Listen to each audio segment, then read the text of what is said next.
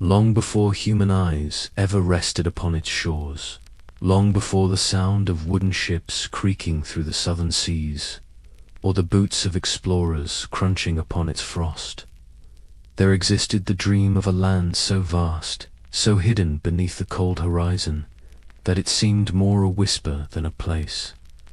Antarctica, the last continent to be discovered, lived for centuries in the imagination of sailors and mapmakers, of scholars and monarchs who believed that the earth could not be complete without a balancing southern land.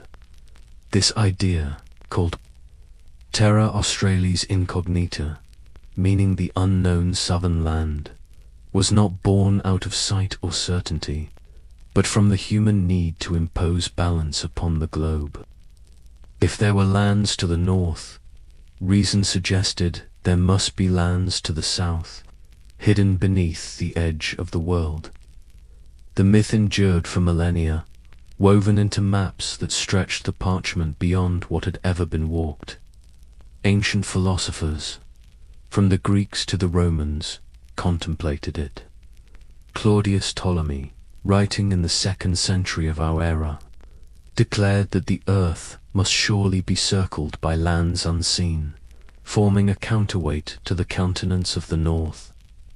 It was not proof, but harmony, that compelled him. His maps carried the ghost of this imagined land. Long before any ship dared drift into the screaming southern winds, in candlelit chambers of medieval Europe, cartographers inked vast white stretches. At the bottom of their maps, they did not know what they depicted, only that it must be there. To leave the southern regions blank was to admit ignorance, and ignorance was a kind of fear.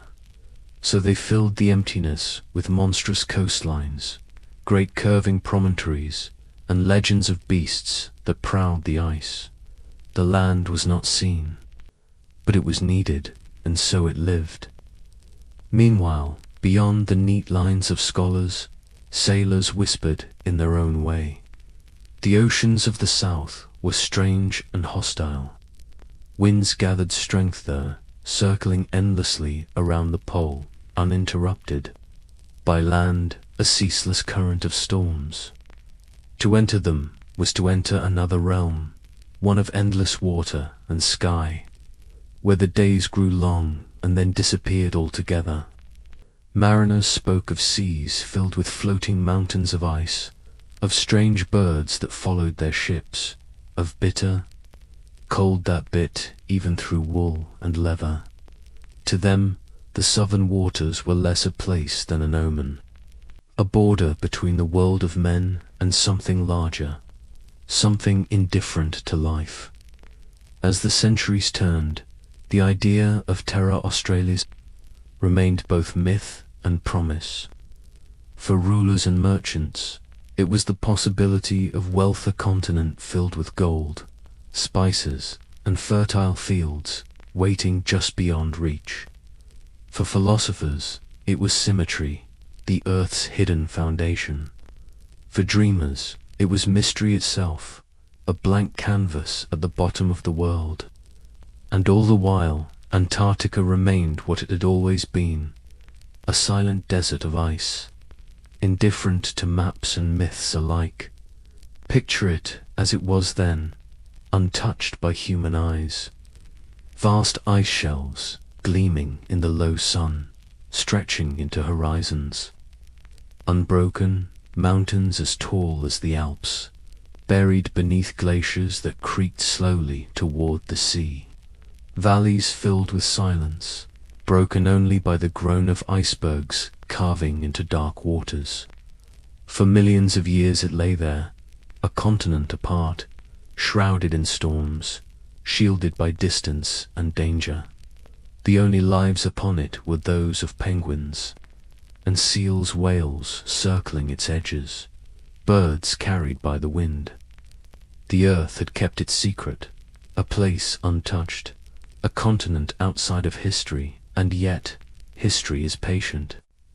By the 15th and 16th centuries, the age of exploration was stirring. and the limits of the known world were no longer enough. Ships set sail from Portugal and Spain, then Holland and England, pushing into the unknown. They found new islands, new continents, routes that bent the shape of the world. And always, in the back of their minds, lingered the question of the South. If men had circled Africa and reached Asia, if they had crossed the Atlantic and set foot in the Americas, what lay at the bottom of the world? Rumors grew. Some sailors claimed to have glimpsed it, a coast of ice and rock far to the south, though none could prove it. The waters were treacherous, the cold unbearable, the storms unending. Few dared to push further, but the myth was too strong to fade. Terra Australis appeared on maps not as a possibility but as a certainty, its coasts carefully inked as if explorers had walked them. Some maps showed it stretching almost to the equator, a vast continent filling the southern oceans, a hidden twin to the known world. The reality, far smaller and far colder, was still concealed, but the dream was irresistible. Imagine a scholar in the 17th century, bent over his desk by candlelight, his pen scratches upon the parchment, tracing coastlines that no man has walked. He copies the shapes from older maps, adding flourishes, making the land more beautiful, more plausible. Perhaps he believes in it, or perhaps he knows it is only tradition, but still he draws. Outside his window, the world is changing. Telescopes are gazing at the moons of Jupiter. Compasses guide ships across oceans. Empires stretch their arms.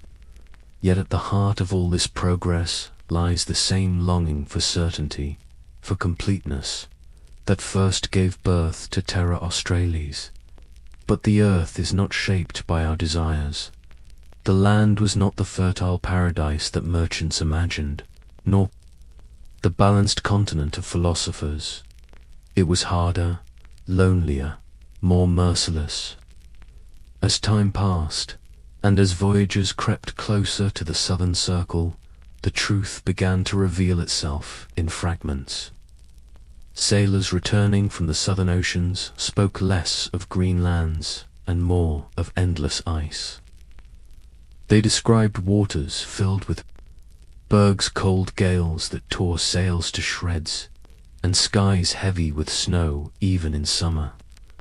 The more the earth gave up her secrets, the less it resembled the dream. Still, mystery clung to it. For all the cold reports, no one could say for certain what lay beyond. Islands were charted, lands mistaken for continents, coasts glimpsed through fog and never seen again. The southern seas were littered with half-truths, like fragments of a puzzle. And so, for centuries, Terra Australis hovered between myth and reality, a dream that refused to die. Meanwhile, the continent itself lay waiting, its glaciers grinding slowly, its silence unbroken. Imagine the seasons turning there, unseen by human eyes. In summer, the sun circling endlessly, never setting, painting the ice in gold and rose. In winter, the darkness swallowing all, the stars blazing in a sky untouched by smoke or fire. Winds shrieking across plains of snow, carving drifts that would stand for centuries. Mountains rising from the ice like frozen fortresses, cloaked in silence. It was a world entire, a kingdom of cold, existing outside of history, and yet, even in its absence, it shaped history. The myth of Terra Australis spurred voyages, inspired maps, and fueled the ambitions of kings. It was the lure of the unknown, the promise of a world beyond, that pushed ships further. risking lives for a glimpse of what lay beyond the horizon. The continent was a shadow that beckoned, a silence that compelled men to speak, a blankness that demanded to be filled. When at last the first true sightings came, they were brief and uncertain. A ship glimpsing mountains through fog, another sighting ice shelves stretching like walls across the sea. Some believed, others doubted. Was it land or only ice? Was it the fabled continent or some barren fringe? It would take centuries more before the truth was known, before men set foot upon its shores and admitted that Terra Australis was real, but not as they had dreamed. But those first centuries of silence, of myth and imagination, are perhaps the most haunting, for in them we glimpse the way human beings fill emptiness with stories, how the mind cannot bear a blank map. Antarctica existed long before we named it, long before we sought to uncover it, but for us it began in ink and whisper, in the flicker of candlelight on parchment. It was less a place than a longing, less a land than an idea, and in that it holds a mirror to ourselves. We are creatures of stories, who see in the unknown not only fear but possibility. So let us linger here, in that age before discovery, when Antarctica was still a dream. Imagine the old maps spread upon a wooden table, their seas filled with dragons, their countenance shaded with gold. At the bottom of the world, a vast white land stretches across the parchment, its coasts uncharted, its heart untouched. A scholar gazes at it, candlelight trembling upon his face. A sailor whispers of icy winds and endless seas. A king wonders what wealth may lie hidden there, and all the while, far beyond their reach, the land itself sleeps in silence, wrapped in snow, indifferent to their dreams. The myth of a great southern land had lived for centuries in the ink of maps and the whispers of sailors. But there comes a time when myths press too heavily upon the human mind, when imagination demands to be tested by the weight of reality. By the 17th and 18th centuries, the world had been reshaped by voyages of discovery. The Atlantic, once feared as an endless abyss, had been crossed. The Pacific, once thought boundless, was mapped with its islands and currents. The coasts of the Americas, Africa, and Asia had been stitched together into the growing quilt of global knowledge. Only the South remained, veiled in mist and ice, a blankness upon the earth that stirred curiosity and unease alike. The first tentative journeys southward were not the grand expeditions of legend, but slow, uncertain ventures, often led by and sealers who followed the cries of seabirds and the drift of ice. They were men of trade more than of science, chasing oil and skins rather than dreams of glory. Their ships were small, their sails vulnerable to the tearing winds that circled the pole, their charts incomplete. Yet they pushed further into the roaring seas, carried by hunger, ambition, and perhaps a touch of wonder. To sail south was to enter a different world. The oceans there behaved unlike those of the tropics or even the northern seas. The Southern Ocean, vast and unbroken by continents, spun itself into a girdle of storms. Winds screamed from west to east without pause, gathering strength from the endless circuit. Mariners called these latitudes the roaring 40s, the furious 50s, and the screaming 60s, numbers that marked not safety but peril. A ship entering these waters was at the mercy of forces larger than itself. Waves rose like mountains, the decks slick with spray and ice, the masts bending beneath gusts that could snap timber like twigs. Nights lasted long, and when the sun returned, it offered little warmth, only a pale light upon endless water. It was in these seas that the first glimpses of the southern lands were recorded. In 1603, the Spanish navigator Gabriel de Castilla was said to have sighted land at high southern latitudes. His reports spoke of snowy mountains and coasts wrapped in mist, though no certain map could be drawn from them. Some historians doubt he ever saw the continent itself, perhaps mistaking distant islands or even the mirage of icebergs for land. Yet his tale joined the growing chorus of half-truths, a note in the long song of rumor that surrounded Antarctica. More sightings followed. The Dutchman Dirk Gerrits, sailing in 1599, claimed to have seen distant lands while rounding Cape Horn, though whether they were real coasts or phantom shapes conjured by fog is uncertain. In 1675, Anthony de la Roche, an English merchant, stumbled upon what would later be called South Georgia, a bleak island clothed in glaciers, far from any civilization. To him it seemed a fragment of that imagined southern world, though it was only a lonely outpost of rock and ice. Each report was incomplete, yet each added to the weight of possibility. The unknown was beginning to be fringed with glimpses, with half-seen coasts and fleeting shapes. And all the while, the seas gave up other signs.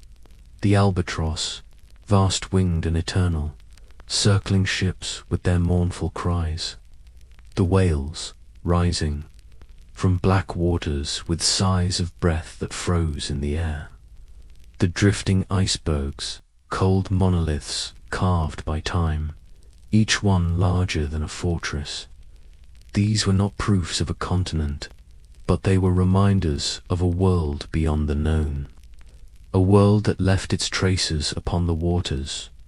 By the 18th century, the search for Terra Australis took on new urgency, not only for merchants, but for scientists and empires. The Enlightenment had dawned, and with it a hunger for knowledge that was both practical and philosophical. The voyages of James Cook would carry this spirit further south than any before. In 1768, Cook set sail upon his first great expedition, charged with observing the transit of Venus across the sun, a measurement that would refine the scale of the heavens. Yet behind this noble aim lay another, to seek out the great southern continent, to confirm or deny its existence. Cook's ships pressed into the southern latitudes with a determination that astonished even hardened sailors. He sailed through seas choked with ice, recording the shapes of bergs and the flight of birds, marking every detail with the patience of a scholar. In January 1773, he crossed the Antarctic Circle for the first time in human history, entering waters that had never known the keel of a ship. It was a moment at once quiet and monumental, a line upon a map crossed in silence by men who shivered at their posts. The world they entered was strange beyond their imagining. Ice spread like a continent itself, vast floes stretching to the horizon, drifting slowly with the currents. The sea was a labyrinth of frozen walls and glittering shards, the air sharp with cold. In these latitudes the sun seemed hesitant, the light pale and ghostly. Cook pressed further, but always the ice blocked his path. Again and again he approached the continent, and again he was turned away. The frozen sea, a fortress without gates, yet, even in failure, Cook revealed the truth. If a southern continent existed, it was not the fertile paradise of ancient dreams. It was wrapped in ice, unyielding and merciless. He returned with no golden lands, no fields for settlement, but with a vision of a world beyond reach, a continent that did not welcome but repelled. His words carried the weight of authority, and for many, the myth of Terra Australis, as a second Eden, died upon his reports. The southern land was real, but it was a desert of ice, not a cradle of riches. Still, the pull of the unknown remained. After Cook, other sailors ventured south, some drawn by curiosity, others by profit. Whalers and sealers roamed the southern seas, harvesting life from its cold waters. They reached islands like the South Shetlands and the South Orkneys, bleak and wind-torn, yet rich with the seals they hunted. Their reports added new details to the map, coasts drawn with greater certainty, seas marked with warnings of ice. They spoke of nights without end, of snow that fell even in summer, of the loneliness of waters where no other ship was seen. For months they did not find paradise, but they found a new realm of human endurance, a frontier that tested the body and the spirit alike. The first voyages south were not triumphant discoveries, but slow encroachments, hesitant steps into a world that resisted intrusion. Each sighting was uncertain, each map provisional, each return marked by doubts. Yet together they formed a story, the slow unveiling of a continent that had waited untouched for millions of years. Picture, if you will, a ship of that era, small against the vastness of the sea. Its sails strain against the roaring winds, its timbers groan with the force of the waves. The men aboard huddle in furs and wool, their breath freezing in the air, their hands raw with cold. They keep watch upon the horizon, where the fog drifts, and the icebergs rise like cathedrals of glass. Days blur into nights, the sun veiled by clouds, the compass trembling as the ship drifts ever further into the unknown. They do not know if land lies ahead, or only more water, more ice. They do not know if their names will be remembered or forgotten. All they know is the silence of the south, a silence broken only by the creak of their ship and the cries of distant birds. Such were the first voyages south, fragile, uncertain, yet filled with a quiet majesty. They did not conquer the continent, nor even reach its heart, but they opened the door to its existence, turned myth into reality, and showed the world that the blankness at the bottom of the map was not empty but immense, and still the land itself remained untouched, waiting. The glaciers crept forward, the winds roared across the ice, the penguins huddled against the cold, indifferent to the ships that came and went. Antarctica did not reveal itself easily, nor would it ever. It remained, as it had always been, a continent apart, a silent world at the edge of human reach. But now, at least, it was no longer unseen. It had entered history, not fully, not clearly, but with the first hesitant lines upon the map, the first fragile tales carried back across the seas. By the 19th century, the southern land had ceased to be only a dream. No longer did mapmakers invent golden continents to balance the globe, nor did sailors return with only rumors of phantom coasts. The ice was real, the seas were real, the peril undeniable, and yet, as though mystery were a magnet stronger than fear, the age came when men were drawn not simply to skirt the continent's icy edges, but to press deeper, to know its heart. This was the age of heroic exploration, a time when the world's blank places were dwindling, when empires and nations turned their eyes southward to claim glory from the last. untouched frontier. It was an age of endurance, of ships frozen into the ice, of men wrapped in furs against the unrelenting wind, of journals filled with entries written by trembling hands in the dim glow of lanterns. It was an age not of conquest, for Antarctica could not be conquered, but of trial where the test was survival itself. And in that test, names like Scott, Amundsen, Shackleton, and Mawson would be written into history, not for what they gained, but for what they endured. The seas gave little welcome to these ventures. To approach Antarctica by ship was to gamble with fate. The ice closed suddenly, trapping vessels in its grip. Storms swept across with little warning, scattering men and supplies. Yet ships came, their decks crowded with barrels of coal, sledges, stacked and ready, dogs barking in their chains, and crews brimming with both dread and anticipation. They sailed from Britain, Norway, France, Australia, small wooden vessels, steam-driven hybrids, each one tiny against the enormity of the southern sea.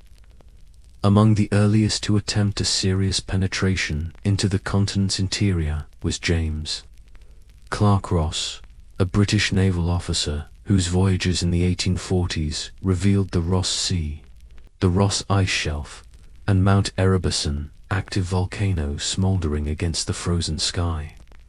Ross and his men gazed upon sights no humans had ever seen, ice cliffs rising higher than cathedrals, glaciers descending from mountains like frozen rivers, the aurora shimmering in curtains of green and violet across the endless night. Yet even Ross, with all his courage and skill, could not breach the ice shelf to step upon the true continent. Antarctica still held its silence, offering only glimpses. It was not until the dawn of the 20th century that the great push began in earnest. Nations vied to reach further, to plant their flags upon the pole, to turn the last blank on the map into a site of human triumph. The names of the expeditions sound today like echoes of myth. The Discovery Expedition, the Nimrod, the Fram, the Endurance. Each carried not only men, but the hopes of nations, the yearning of humanity to reach the farthest edge. Robert Falcon Scott, an officer of the Royal Navy, embodied this spirit. His first expedition, aboard the Discovery 1901 to 1904, brought men to the Antarctic interior for the first time. They trudged across the ice in fur and canvas, pulling heavy sledges with their own bodies, dogs straining beside them.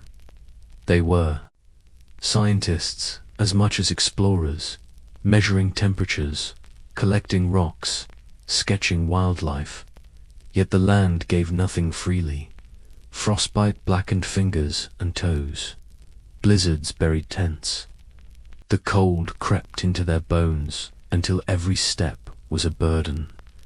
And still they pressed onward, recording the shapes of mountains, the flow of glaciers, the desolation of the endless plateau. Then came Roald Amundsen, the Norwegian whose name would forever be linked with triumph at the pole. Unlike Scott, he approached his task with the precision of an engineer, the pragmatism of one who studied every lesson from the Arctic. He chose dogs over men to haul sledges, skis over boots, speed over stubborn endurance. In December of 1911, Amundsen and his small team reached the South Pole itself, planting the flag of Norway in the snow, a tiny marker in an infinite wilderness. They had conquered nothing, for the land remained untouched. But they had achieved what men had long dreamed. They had reached the very axis of the world. Scott, arriving weeks later with his British team, found only the fluttering of Amundsen's flag, His disappointment was profound, but worse was to come.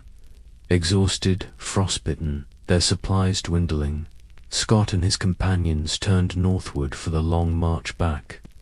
One by one they fell, until Scott himself wrote his final entries in a tent buried by snow. His words, found months later, carried a quiet dignity, a record of suffering borne with courage, a testament to the price of exploration. His failure became legend, his death a symbol of noble sacrifice at the edge of the world. Yet no tale from this age has echoed as strongly as that of Ernest Shackleton. His endurance expedition of 1914 was never meant to end in disaster, but the ice had its own plans. The ship was caught, crushed slowly in the grip of the floes, timbers groaning until they split.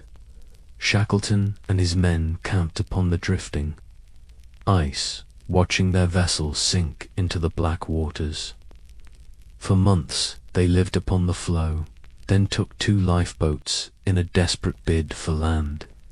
Against all odds, they reached the barren rock of Elephant Island, but Shackleton would not abandon them to die there with a handful of men. He sailed a small open boat across 800 miles of storm-lashed ocean to South Georgia. Navigating by stars and instinct, his hands raw with cold, his body racked with exhaustion. And when he arrived, he turned, not to rest, but to rescue. Every man of his crew survived. His journey became less a tale of exploration than of endurance, of leadership, of the triumph of human will over merciless odds. Meanwhile, other explorers etched their own stories into the ice. Douglas Mawson, the Australian geologist, led expeditions that charted vast stretches of coastline, though at terrible cost. On one journey, his companions perished, and he staggered alone across the ice, starving, half-mad, dragging his sled, until his feet bled, yet somehow surviving to tell the tale. Jean-Baptiste Charcot of France brought science to the southern shores, mapping coasts with precision, filling journals with careful observations. Adrien de Gerlache, leading a Belgian expedition, endured the first winter trapped in Antarctic ice, his crew battling scurvy, darkness, and despair. Each story added to the great tapestry of the heroic age, each name a thread woven into the history of endurance. What united them all was not victory over the land, for none could claim that. The ice remained, the winds howled, the cold killed, without mercy.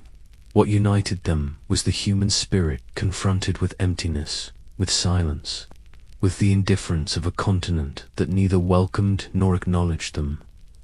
They sought glory, knowledge, adventure, but what they found was themselves their limits, their strength, their capacity for suffering and for hope. Imagine a winter night in one of their huts, built from timber carried across the sea. The walls creak beneath the wind, snow piling high against the roof. Inside, a stove glows faintly, the only warmth in a world of cold. Men sit hunched in furs, writing by the light of an oil lamp, their ink freezing if the stove falters. Outside lies a darkness absolute, the sun gone for months, the stars blazing above an endless plain of ice. They do not know if they will see another summer, yet in their journals they record the call of penguins, the shimmer of the aurora, the quiet companionship of survival. These moments, fragile and human, shine like embers in the vast cold. The age of heroic exploration did not last long, barely 3 decades, but its stories endure. By the 1920s, technology began to change the nature of Antarctic journeys. Planes could fly above the ice, radios could carry words across the void, engines could push through the pack. The heroism of sledges and frozen boots, of silence and death, gave way to another kind of exploration, systematic, technological, less romantic, more certain. But the memory of those earlier expeditions lingered, not because they conquered the land, but because they revealed the depth of human endurance, and Antarctica itself remained, unchanged by their presence. The ice flowed on, the winds circled, the penguins gathered in their colonies. The continent bore no trace of the men who walked upon it, save for a few huts half buried in snow, a cross upon a ridge, a flag left to tatter in the wind. The land was not theirs, and never would be. It belonged only to itself, to the silence and the cold.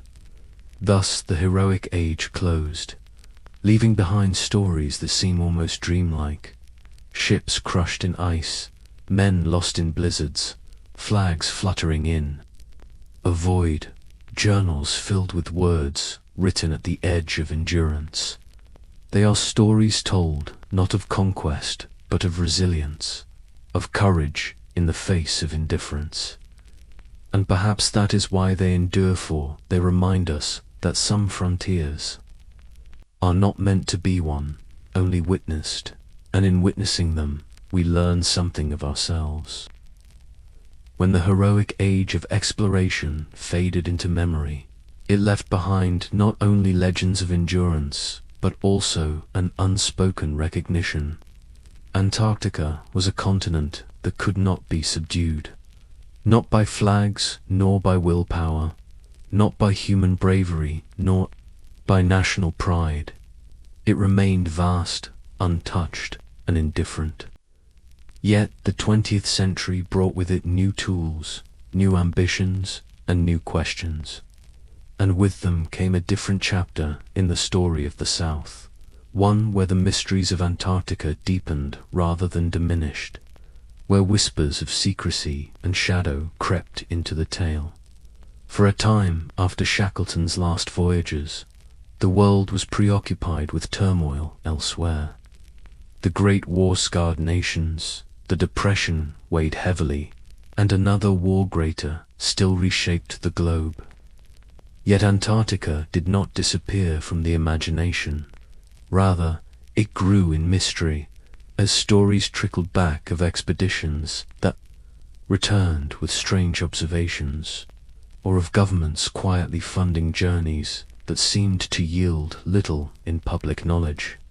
Unlike the heroic age, where journals were filled with romantic detail and hardships were published in memoirs, the modern age began to carry with it an air of secrecy. It was in the 1930s that new technology allowed airplanes to cross the white wastes.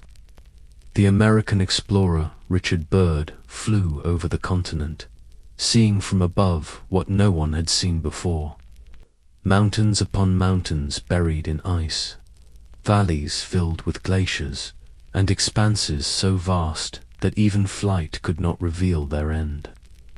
His flights confirmed the scale of Antarctica in a way no ship or sledge had before. It was not just another land, it was a continent the size of Europe and the United States combined, locked beneath miles of ice. What secrets could be buried there? What histories frozen beyond reach? No one could say. Then came the Second World War, and with it a shift in the nature of human exploration. Antarctica, once the stage of noble suffering, became instead a place of interest to governments, a location whose remoteness was not only a scientific challenge but a strategic question.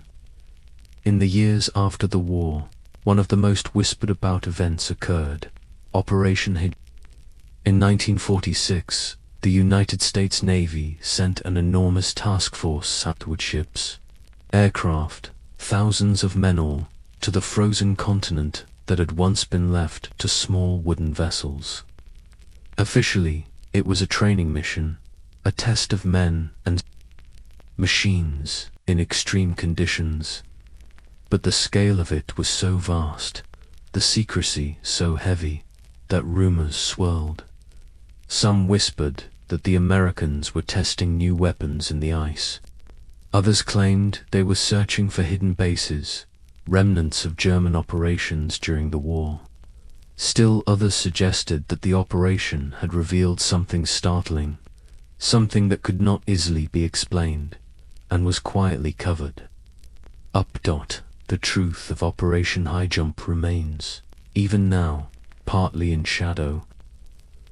Official records describe difficult conditions, losses of aircraft, and the dangers of the Antarctic weather.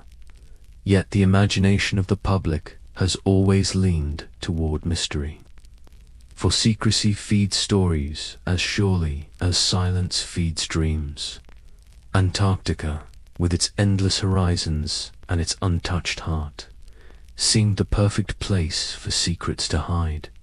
And so, in the decades that followed, Antarctica entered a new kind of history, not the history of explorers seeking the pole, but the history of nations and scientists who spoke in careful words, who mapped and measured, but who sometimes revealed less than they knew. The Antarctic Treaty of 1959 declared that the continent would be preserved for peace and science, that no nation would claim sovereignty, that military activity would be forbidden. It was a remarkable agreement, unique in human history a whole.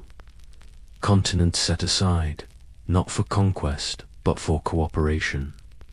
And yet, beneath the language of peace, the questions remained. Why here? Why this continent, of all places, chosen to be shielded from the usual tide of power and possession? Was it simply the harshness of the land, or was there something deeper, something known only to those who signed the treaty? Meanwhile, scientists drilled into the ice, their cores revealing histories written in frozen layers. They found air trapped from thousands of years ago, a record of climates long past. They found evidence that Antarctica had once been green, a land of forests and rivers, before drifting to its frozen latitudes. They spoke cautiously of fossils, of traces of life where now only silence reigns. Beneath the ice, radar revealed mountains taller than the Alps, valleys vast and unseen, whole landscapes buried beneath miles of frozen time. It was a world within a world, hidden and silent, and it deepened the sense of mystery. What might lie in those buried valleys? What rivers might flow beneath the ice? What remains of ancient ages might sleep there still? The Cold War added its own shroud of secrecy. Both superpowers maintained a presence in Antarctica, building research stations that also served as listening posts, watching one another beneath the cover of science. Planes flew across its skies, satellites orbited overhead, yet little of what they learned reached the public. The continent seemed to vanish into a strange liminality, too far, too cold, too silent to be part of ordinary human affairs, yet never absent from the calculations of those in power. Whispers grew among those who loved mysteries, that Antarctica might conceal more than ice. Some pointed to the sudden secrecy of certain expeditions, two maps that hinted at features long before they could have been seen, two tales of entrances into the ice that led to vast caverns. Legends arose of lost civilizations, of hidden technologies, of secrets older than human memory itself, whether one believes them or not. They are a continuation of the same impulse that once imagined Terra Australis, the need to fill the unknown with story, to clothe the silence with meaning. Yet, in truth, the greatest mystery of Antarctica is not born of rumor or conspiracy, but of its own nature. Here is a continent larger than any nation, yet almost entirely hidden beneath ice. Here is a land that holds 70% of the world's fresh water, locked in glaciers that, if melted, would raise the seas of the world by meters. Here is a place where the air is so dry, the winds so strong, the cold so fierce, that nothing human can long survive without shelter. It is a world at once fragile and eternal, vulnerable to the warming of the globe, yet enduring beyond all empires. Imagine standing at the edge of the Ross ice shelf, where cliffs of ice rise like walls, glowing blue in the light of the low sun. Imagine the silence, broken only by the groan of ice as it shifts, the distant crash of a berg falling into the sea. Imagine walking out upon the plateau, where the horizon vanishes in whiteness, where the air is thin and sharp, where the sky is a dome of hard blue, unbroken by bird or cloud. In such a place, mystery is not an invention but a presence, a silence so vast that the human mind fills it with wonder. And so Antarctica remains today, a land of science and secrecy, of cooperation and quiet suspicion, of beauty and danger. Its modern story is not of men dying in tents, but of researchers drilling cores, of satellites mapping ice flow, of governments watching one another in the name of peace. Yet beneath all of this lies the same unchanging truth. It is the last great wilderness, the last continent beyond possession, the last place where the earth herself seems to hold secrets we are only beginning to glimpse. The cover-up, if there is one, is not a single hidden truth, but rather the veil of distance and difficulty that keeps most of us from ever knowing the continent at all. We live our lives in temperate lands, in cities of stone and glass, while far to the south lies a silence larger than we can imagine.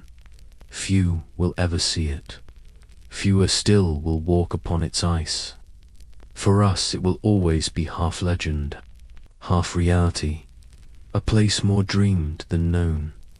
Perhaps that is its gift, that in a world mapped and measured, where satellites peer into every corner, there remains one place that resists our grasp.